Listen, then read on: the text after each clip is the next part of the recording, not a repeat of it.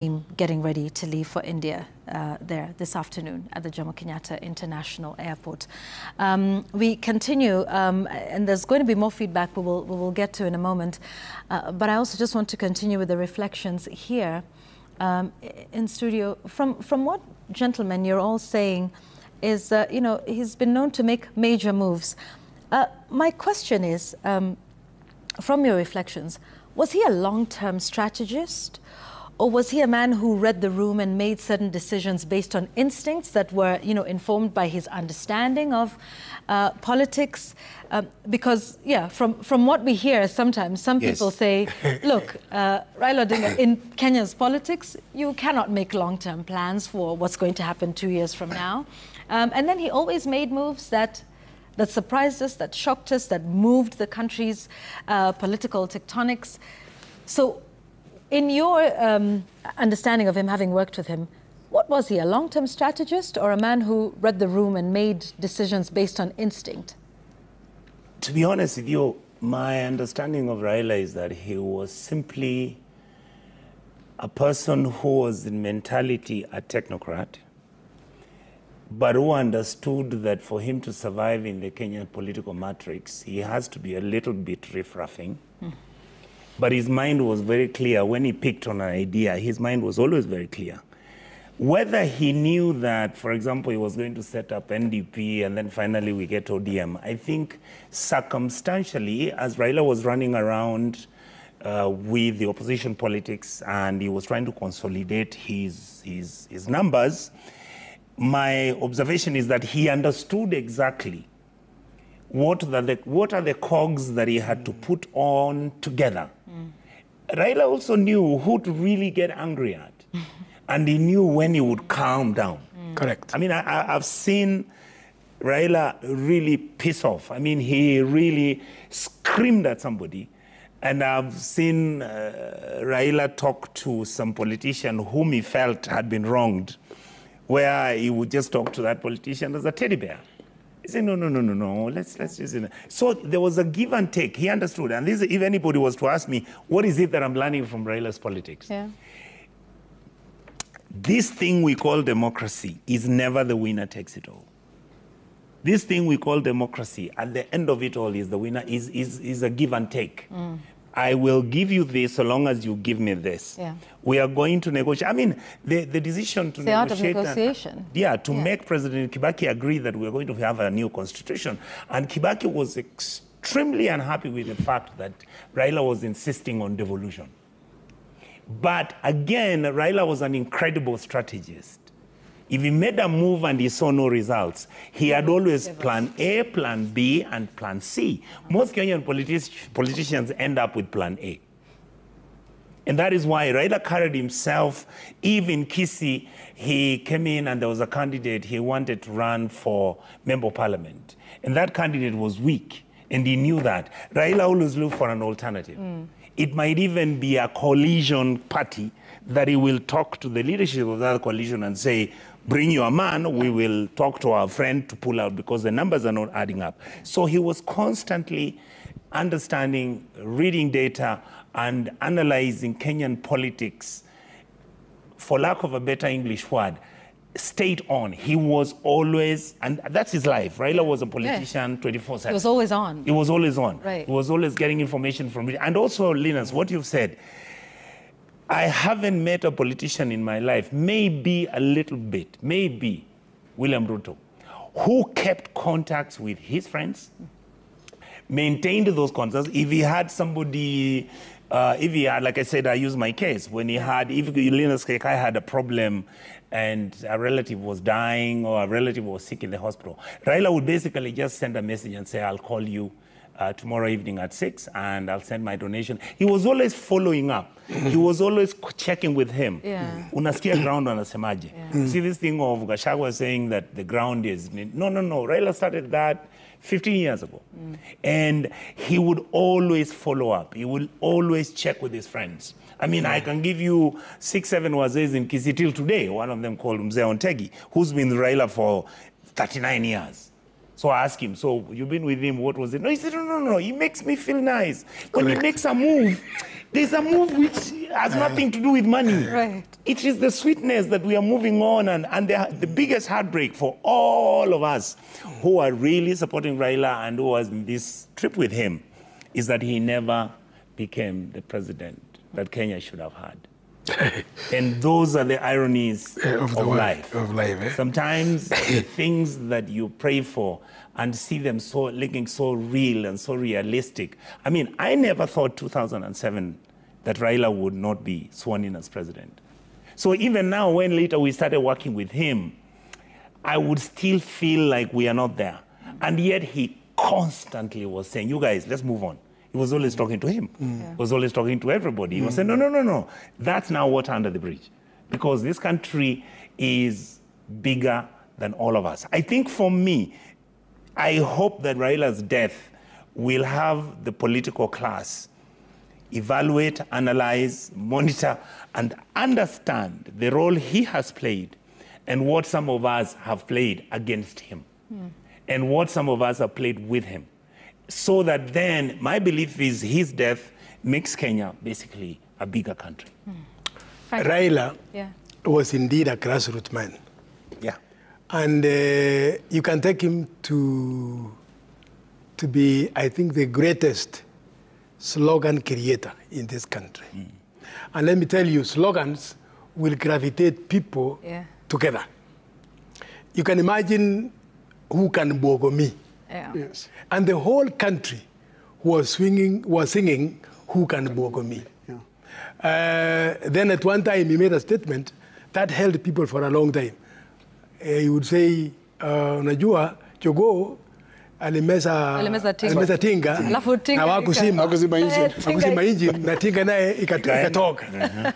So those slogans are what you are looking at. Why was this man so close to the public? I hear you, Lena, saying in meetings there would be so many people. It is because of that situation. When this man has got something in Gericho, he doesn't tell the big people, he tells those small people. And the next minute, those small people are the ones who are calling you, unajua baba anakuja. Whispering to you now, unajua baba anakuja. And indeed, the next minute you are seeing a chopper landing and the man has arrived. So combine that connection, that grassroots connection, and the slogan-making situation, and putting them into songs. And when they are sung all over, that repetitive singing, it tends to pull you to that person. Like he's saying, Onyonga is saying, Amze uko village. And anaenda tu. It is because of those slogans which he introduced, which are people connecting in their meaning. They connect with the people. They touch the very heart of the people. That is Raila. Yeah, and you know, it's interesting that you mention that song that, by the way, you know, had no political messaging at all in the beginning. The song that was done by Gidi Gidi Maji Maji. And then suddenly it was played at that rally, adopted, and they went back to studio and did a remix of it. You know, putting in the names of the various luminaries of the National Rainbow Coalition.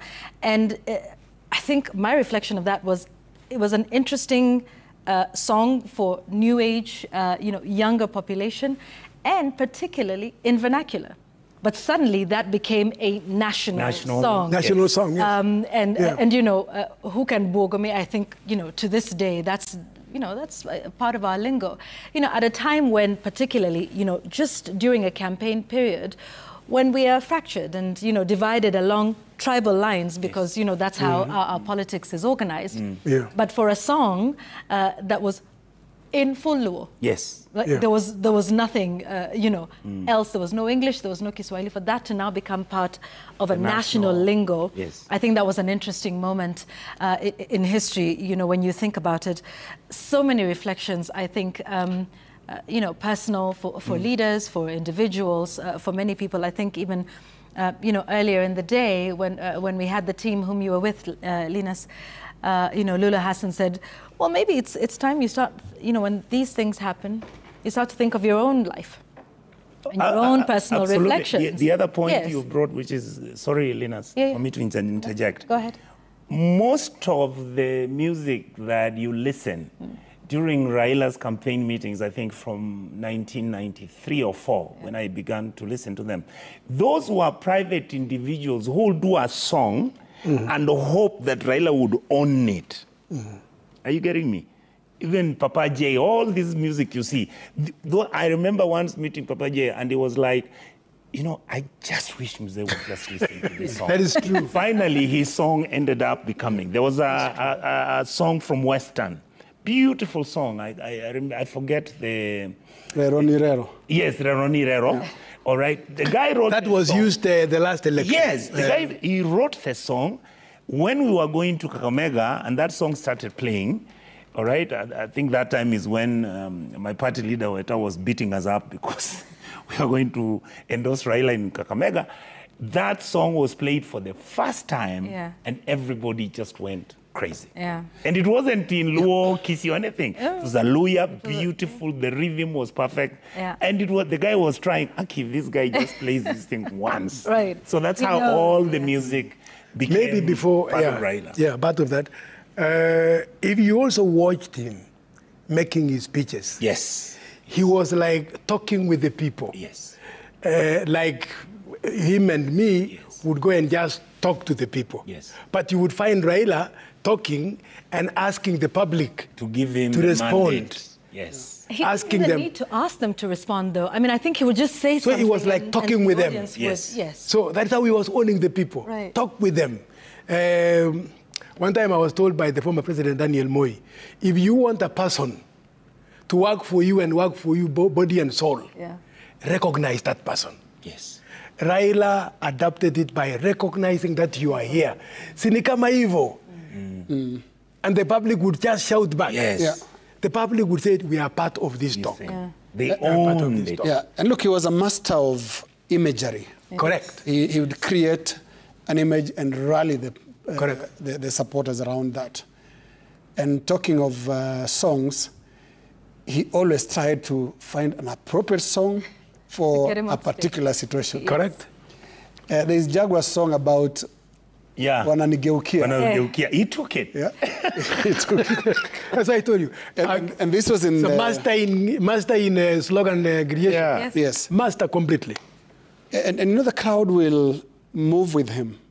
And he used that song to illustrate the betrayal he suffered in the National Rainbow Coalition when he was dropped as cabinet minister. Minister, yes. Then, just after the November 21st, 2005 referendum on a new constitution that was defeated by the no side, which Franklin... Kibaki was. No, the no side, the orange side. The orange side we won. You won, yeah. You won in 2005. Yes. Yeah. And that's why we now were the flashed out. song Wananigeukia. Yes, Because he was talking about, you remember, I said Tosha, and look where we are. We've been kicked out. The one sad thing and journey that Raila died without concluding is that of trying to drive ideological politics. Yes. Honorable Senator Nyonka earlier spoke about social democrats. Yes. What are social democrats in Kenyan context? Yes. What do they believe in? Who are what do they? we stand for? Yeah, yes. He tried to shape politics around that and saying NDP and then after that LDP. Of course, he's been to many parties, but always working with the same heart of social democracy. Let's remember that his earlier years were spent in Germany, where he went for his engineering training. And you know, in Germany, ideological politics are really deep-seated, especially between the right and the left, social democrats and Christian Democrats. And these are some of the things that shaped his earlier thoughts. What is it that shapes the thinking of our current political leaders? Do they appreciate social democratic values, for example, or conservative values? We don't know what we are because our first political identity is regional. And unfortunately, he found himself having to combine these things because you can't get anywhere without combining the two. Yes. Now, we are right now in discussions about various presidential aspirants that are announcing their aspirations to run for president. And you know, the first thing is, how many are they? Yes. In terms of tribe. When will we reach that place where we say, how many of us hold this conservative view? KANU, you know, KANU was a conservative party. How many of us associate with that? How many Kenyans associate with the liberal democratic values of ODM? Yeah. How many associate with the middle right and left that we see with UDA and things like that? We haven't shaped our politics, unfortunately, around ideology at all. It's tribe first, and it's in moments like this that we then start sounding, all of us, like social democrats. Yet we are just tribes. The other day we just tribes. I think what you're saying, if I was to write his last chapter in his book, I would actually quote you. That even with the effort and the energy he spent to try and change the country, I am not sure that he really understood, which I hoped him to understand, that the complexity of our very existence as a nation state was much. You had to use the tribal underlings to pick up your numbers, to come with those numbers, to negotiate with other people who are watching on those numbers thinking that is what actually that makes you become president. And my feeling, honestly, is that Kenyans now need to review that thinking. I think Raila would be so happy if an election was held and we elected somebody from the county of Turkana. That is, for me, I think, what he was fighting about. Now, is that something that is achievable? Yes. Why have we then not achieved it? It's too soon. I believe that we are much more conservative. We have got vested interests. We never look at the larger picture.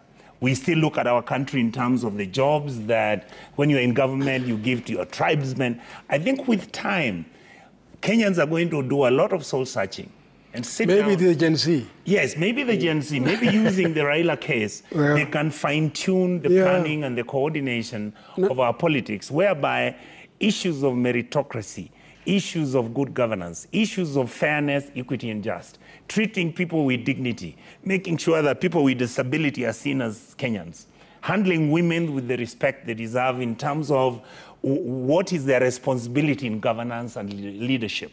Not tokenism. You see, don't reward me because you think my tribe is going to give you the votes. Reward me because you believe I stand for something. Senator, and you're in politics, and we sometimes don't understand how it works.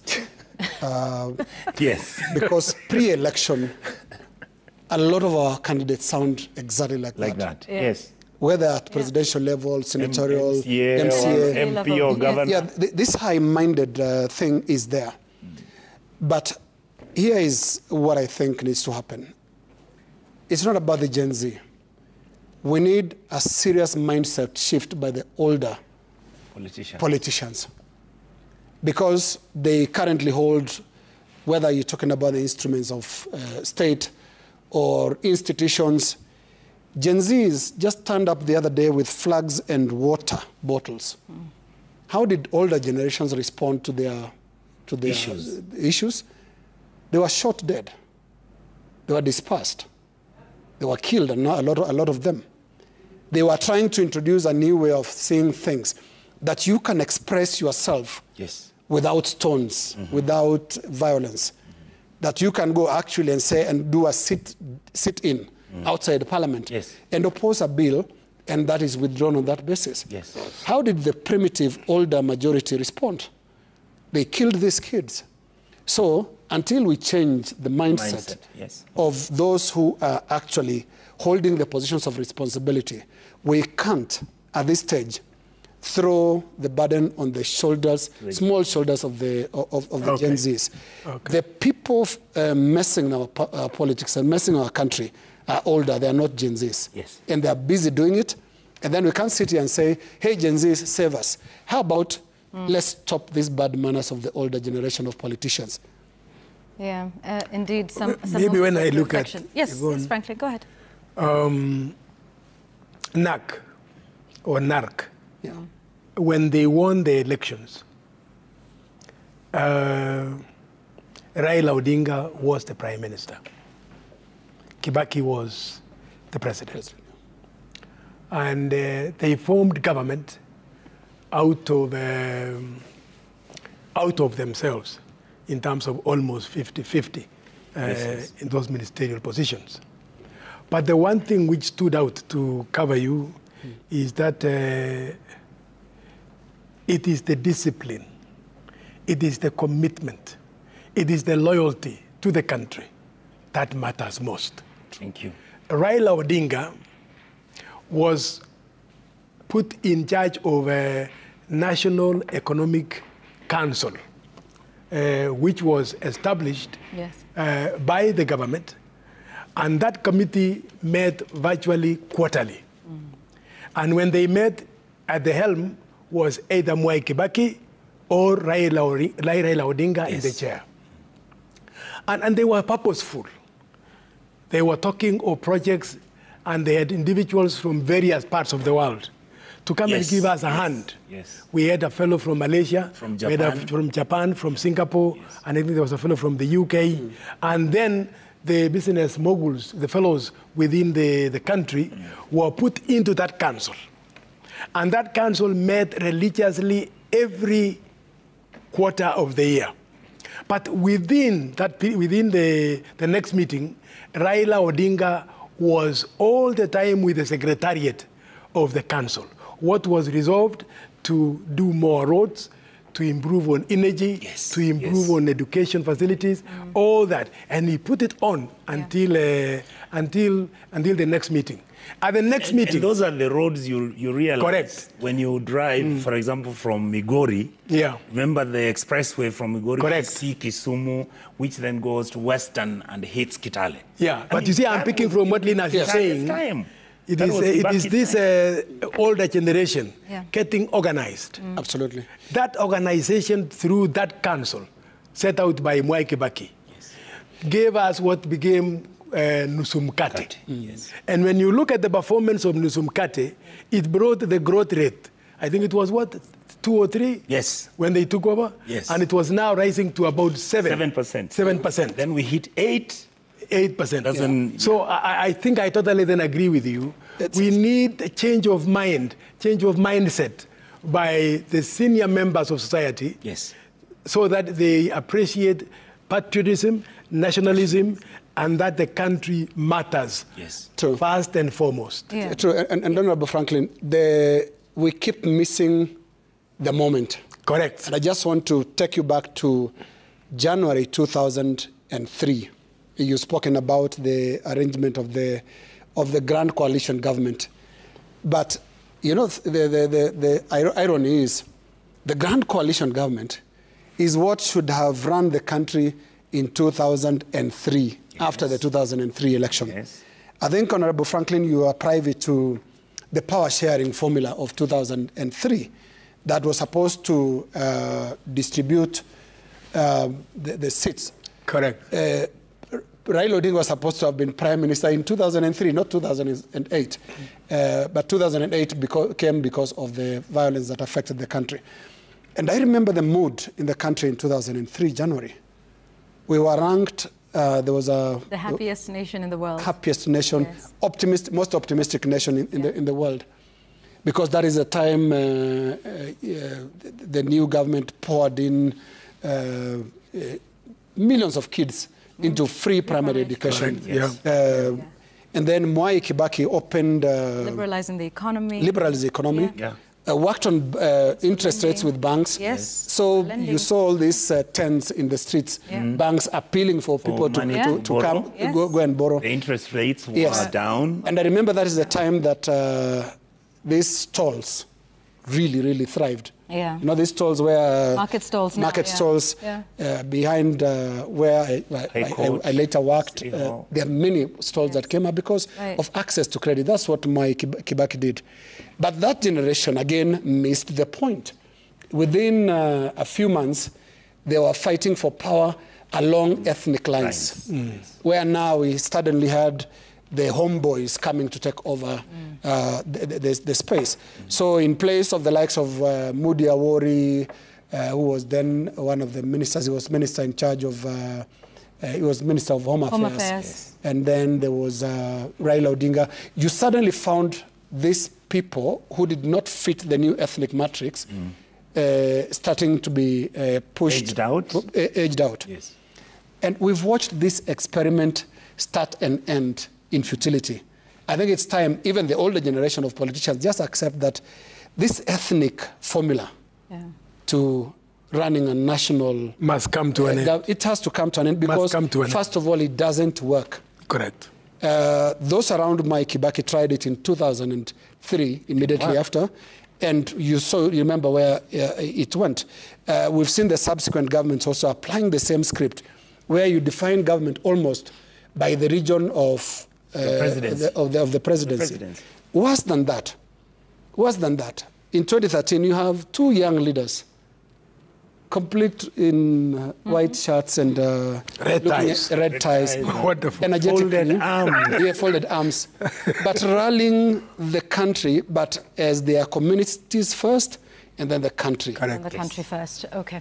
These are some of the tragedies that we have gone through, Yvonne, and the point I'm trying to make to Franklin's point is these generations keep missing the turning point. 03 was a real turning point. Mwai Kibaki and his team should have realized this is not about region. It's not about, it's not even about them. It's about some big moment. And I remember that moment, Yvonne, was described as if you missed the independence celebrations in 1963, then 2002 was your moment. Right. How come these guys always take us to the tip of the mountain? Almost. No, we reach there, and then the drop is really, really quick, fast, and painful. Could I? Yes, I'd like us to just hold for a moment because this is intriguing conversations. I just need to take this live update, and we shall be joined by Javas Bigambo. By the way, he's here in case you saw him.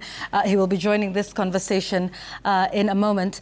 But first, I want us to speak to Stephen Leto, who is live from the Jomo Kenyatta International Airport with that delegation that is now heading to India at this moment. Stephen, good afternoon. Tell us about, we're seeing, yes, there you are, live. Tell us about the arrangements, the preparations that are taking place, and, who's there in the room with you? Well, just as was directed by President William Ruto, through his proclamation that a team led by Prime Cabinet Secretary Musalia Mudavadi jets out of the country immediately to go and join other government officials in India for the repatriation of the remains of Raila Odinga. Already we are here at the JKIA, where several leaders have already here ready to take off. We've seen Prime Cabinet Secretary Musalia Mudavadi. We've seen the governor for Kisumu, Professor Anyang' Nyong'o, the governor for Migori as well, Ochilo Ayako, leaders of Parliament, Junet Mohammed, as well as Majority Leader of the National Assembly, Kimani Ichung'wah. They are all, of course, here ready for that. We've also seen ODM Secretary General Edwin Sifuna also leading the ODM wing, of course, with Migori Senator Eddie Okech. Maybe just a Senator, maybe just speak to us about what are we expecting here and what time is the delegation leaving? Yeah, first of all, I want to take this opportunity to say pole to the entire ODM fraternity, to the family of the late Raila Odinga, our leader and our father. I want to also apologize to the members of ODM and the country in general for the delay in the morning, because this news was broken by other media before we could do that. we had to wait for the head of state to make that announcement officially, because Raila Odinga was not just a leader of ODM, he was a statesman and a Pan-Africanist, and the entire country is concerned about his welfare. His elder brother, the Honorable Oburu Odinga, was up country, and we had to wait for him to come to Nairobi so that that announcement could be made in the presence of the family. So it was not intentional. It is just something that happened very unexpectedly, because if you talk to many of his leaders in ODM and those who knew Mzee, some of us spoke to him as late as yesterday and he was okay. So we really didn't expect this, but we are taking it in stride as a leadership, especially in Nairobi. We would want to plead with our supporters. We know how much you love Mzee. We know that there will be a pouring of love. But when we came from the current home, it has been overrun and overwhelmed. The space there simply cannot accommodate all the numbers of the people who want to come and condole and to say Pole. I want to make a very special request, both as a leader in Nairobi and the SG of ODM. Our people must now stop going to Mama Ida's house, because she's there alone and she's overwhelmed. We understand the love, and in fact the discussion amongst the leadership is that we need to set up some points for people who would want to mourn Mzee. It doesn't necessarily have to be Karen. We want to ask as well that everybody maintains peace. You should ask yourself before you do anything what Mzee would have wanted, wherever he is right now. What would make him smile and proud of you in this particular moment in time? There is no point in causing any mayhem, disrupting traffic, or indeed attacking anybody's businesses. This is not what Mzee would have wanted. We are here as a leadership. As you heard the president announce, there has been arrangements that have been made for a few of us to travel so that we bring Mzee back home. We expect that we will be leaving any time now, because they had indicated that the flight would leave at 4:30. So that's why we're here, Leto, and I am happy that you are here with us just to document all of this. And we say Pole to the entire country and the entire world. Also apologies to all the people, all the leaders across the country, our chairmen, our youth leaders, our women leaders who've been calling from morning. We have explained the reason why we were not able to answer all of your questions and all of your texts and all of your calls is because the protocols around a man as great as Raila do not allow us to answer you immediately. But once the president has spoken, the news is out there, and the family had to be given the lead on this, then the rest of us can be able to answer some of the questions that you have for us. Thank you. Thank you. Of course, that's the team that is here at the Jomo Kenyatta International Airport, just ready to leave the country for India to, go and hold facilitation for the repatriation of Raila Odinga's remains. Of course, we have several cabinet secretary. The cabinet secretary for the mining, Joho. There we have the cabinet secretary for Interior, Kipchumba Murkomen, who is also joining his team. Is also part of the delegation that will be leaving, and so that is just particularly seeing the governor for Kisumu, Professor Anyang' Nyong'o. If we could just get just to see him to just say a word. Prof. Governor, thank you for being here. Just speak to us about what are the plans now going forward in terms of what time is this team leaving? I think there was somebody in charge of that, not me. Sifuna. Sifuna has spoken to us even as we... I thought you have told them the order. Yes, I've spoken. That is okay. Okay. Sure. Okay.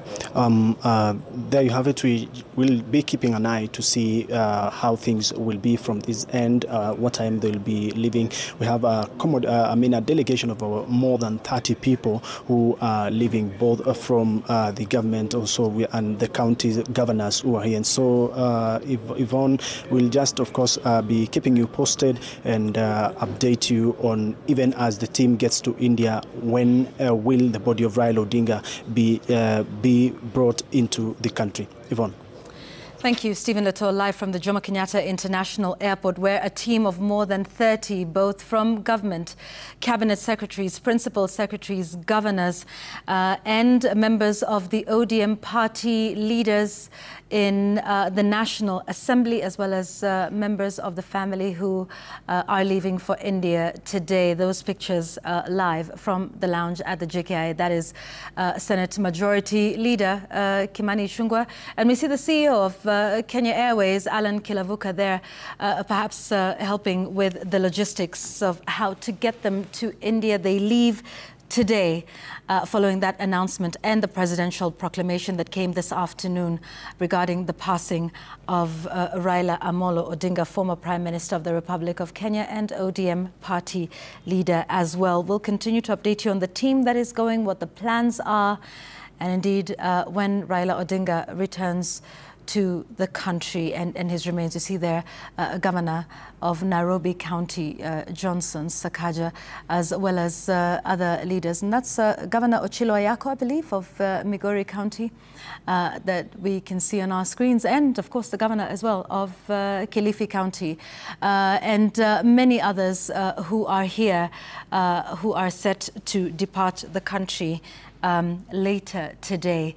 The tributes continue to pour in following the passing of Raila Amolo Odinga, and I want to just take you through some of them. Let's see the reactions from various Kenyans and world leaders.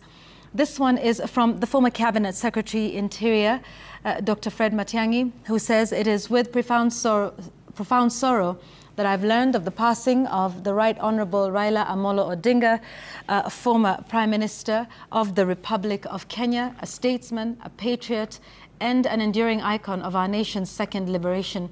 His life was a living testimony to courage, sacrifice, and an unyielding belief in the sovereignty and dignity of the Kenyan people." He continues to say that through decades of struggle and public service, he stood unbowed in his conviction that freedom, democracy, and justice must be the pillars of our republic. His vision and resilience helped shape the conscience of our nation and inspired generations to believe in the promise of a fair and democratic Kenya. We have, it goes on to say, and maybe I'll just read the last sentence here. He says, "It is difficult to say more than this, as I, like many, struggle to come to terms with this heartbreaking loss." That is former CS Interior, Dr. Fred Matiang'i. And now from Dr. Isaac Kalua Green, who says, "Raila Odinga chose the forest over politics and the people over power. His courage will forever green our nation."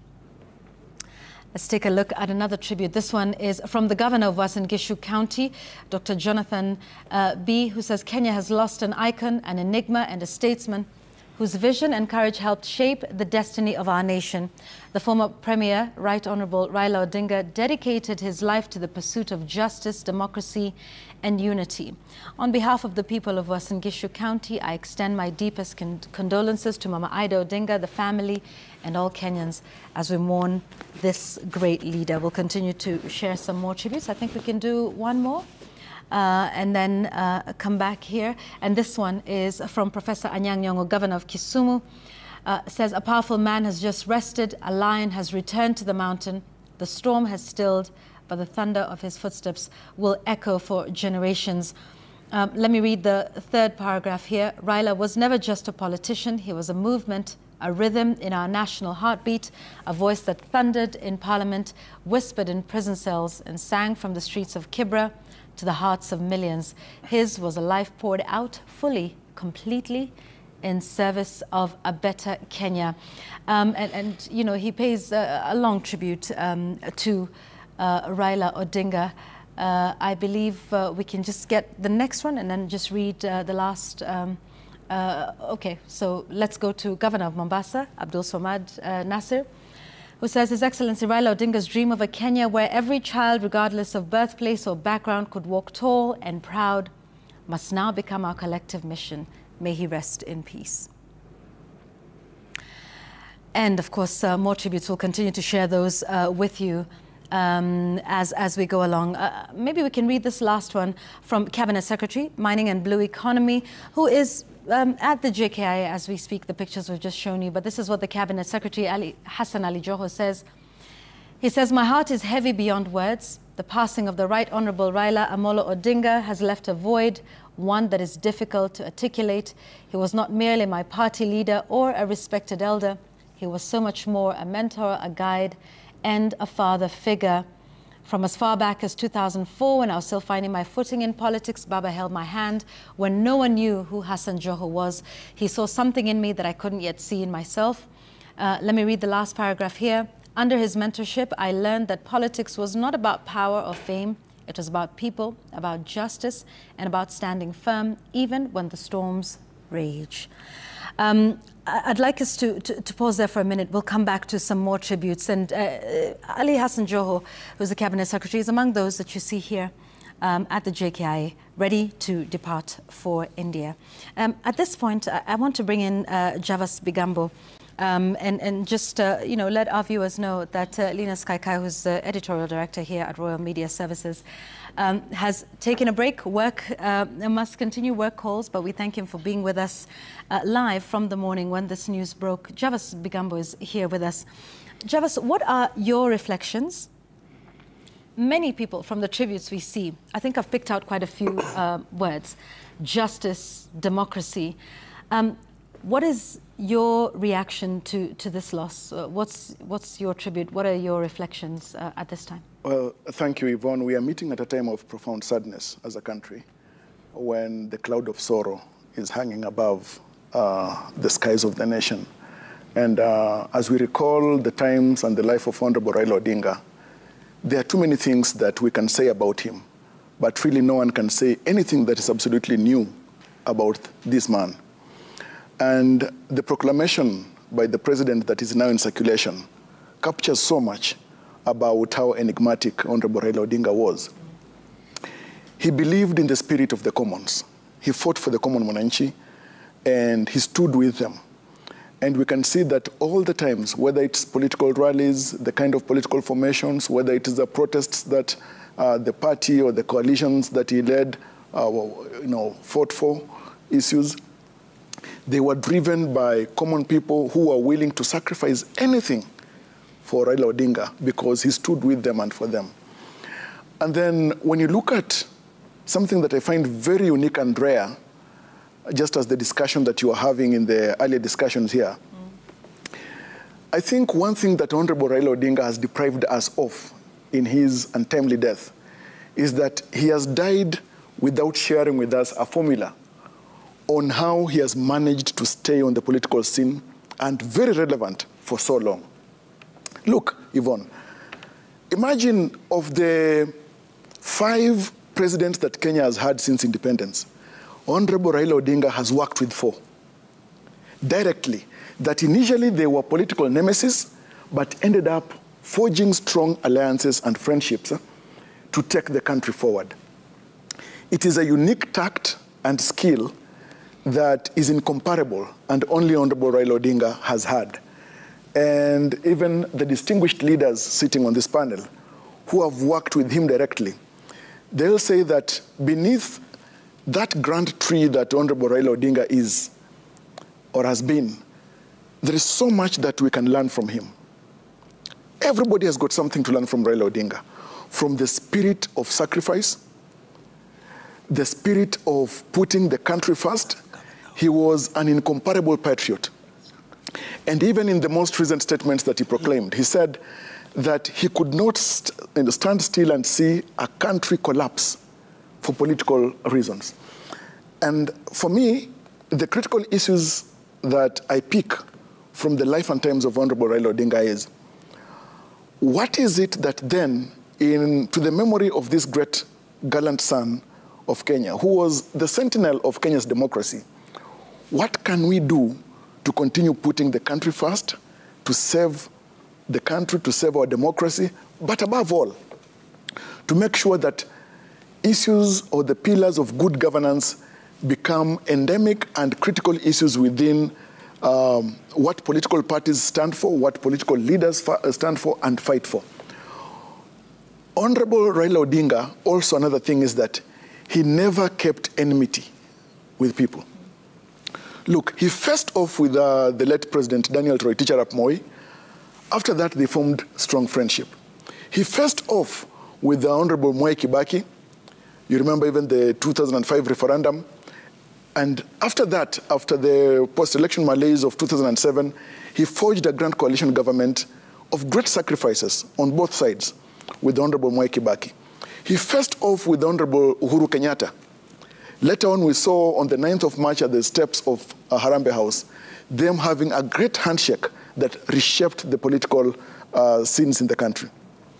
Again, he faced off with the Honorable President William Ruto in 2022. And then again, he has died when they are calling each other brother, standing shoulder to shoulder and taking the country forward.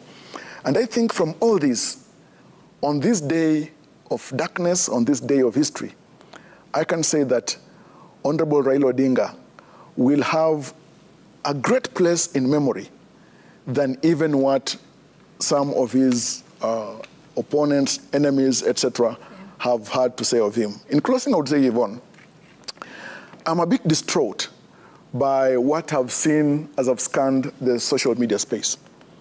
There are individuals, for example, who are celebrating Honorable Raila Odinga's death because of the political decisions that Raila took. And I think time has come and indeed must stir our consciousness as a country, the conscience of a nation, that political decisions made by a political party or a political leader should not make people to lose the humaneness in them to a point of celebrating the death of a leader such as Honorable Raila Odinga, something that also happened when the son of a member of parliament, Beatrice Elachi, died. I think we must summon not just our courage, but our humanness as a country. And in these many days that are going to follow, as we celebrate this great patriot, it is time for us to say that we can do better by living through the example and the life of Honorable Raila Odinga. Some interesting reflections there as we continue with our live coverage. Of course, you know, and just a reminder, maybe you could comment on this one, Franklin. The fact that before even the presidential proclamation that was made this afternoon, we saw first President William Ruto go to Karen, spend time with the family, and you know, and mourn and condole with the wife of Raila Odinga, Ida Odinga, the family, the brother, and others there. You know, when everybody was waiting on that, and you know, they all knew that it was the presidential proclamation that the country was waiting for. This is an interesting thing to see and perhaps witness. Your reflections on that moment that he first had to go and condole with them before even making this a public presidential proclamation, just goes to show the nature of the man that we're talking about here today. Franklin? Oh. I was just thinking, and I was heavy in thought about this man.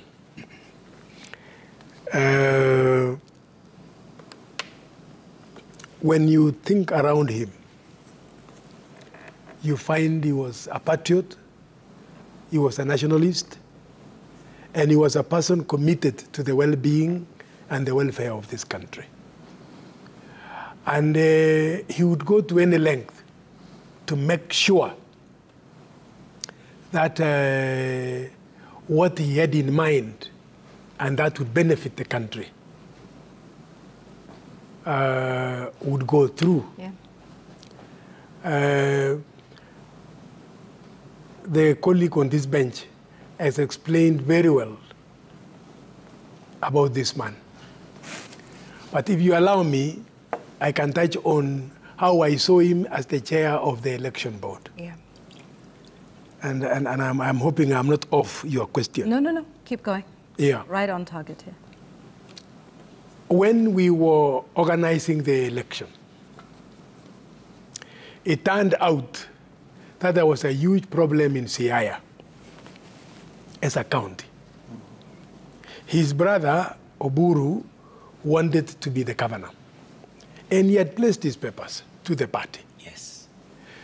Rasanga was also interested. But Oburu was trying to ask him to be his running mate. And it was creating a huge, huge problem for the public in Siaya. It was also raising the aspect of, must it be an Odinga? Yes. Must it be a person from the Odinga family? And that generated a meeting for the election board. And it was such a very... It was a big issue. A big issue.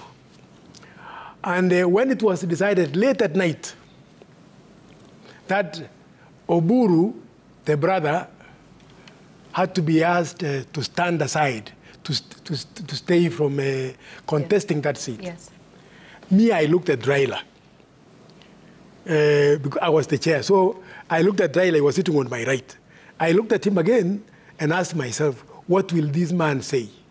And everybody in the room was saying Oburu to leave running. And Raila is here. That is the brother who is being asked to leave. And his elder brother? Yes. That, yeah? Yeah, correct. Yes.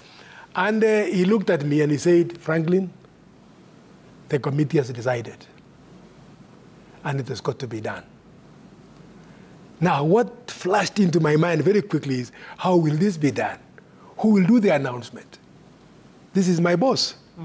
Raila is my party leader. Yes. And he's asking me to go and tell off the brother. Yeah. I had to take that courage. Not everybody was happy with it. I had to take that courage. But what impressed me was Raila Odinga said, yes, I agree, Oburu, stay away. And Oburu was also there, by the way. And he had the brother saying so. And he agreed. And to save me now from that fear, Oburu said, Franklin, you go and do it. The party leader should not do it. You go and do it. Yvonne, it was it Hercules' task? Gigantic. And I don't know what happened with the boys. Like again, our friend Dinas was here, he was saying, he didn't know how people got to know that Raila was involved in something and they would come all over and fill that place. Yeah. Raila did not tell me anything about where to go and do the statement. But I whispered to him and he told me, go to Serena. When I arrived, Senator, at Serena, yes, Serena was full of boys. Yes. And they were ready to swallow me.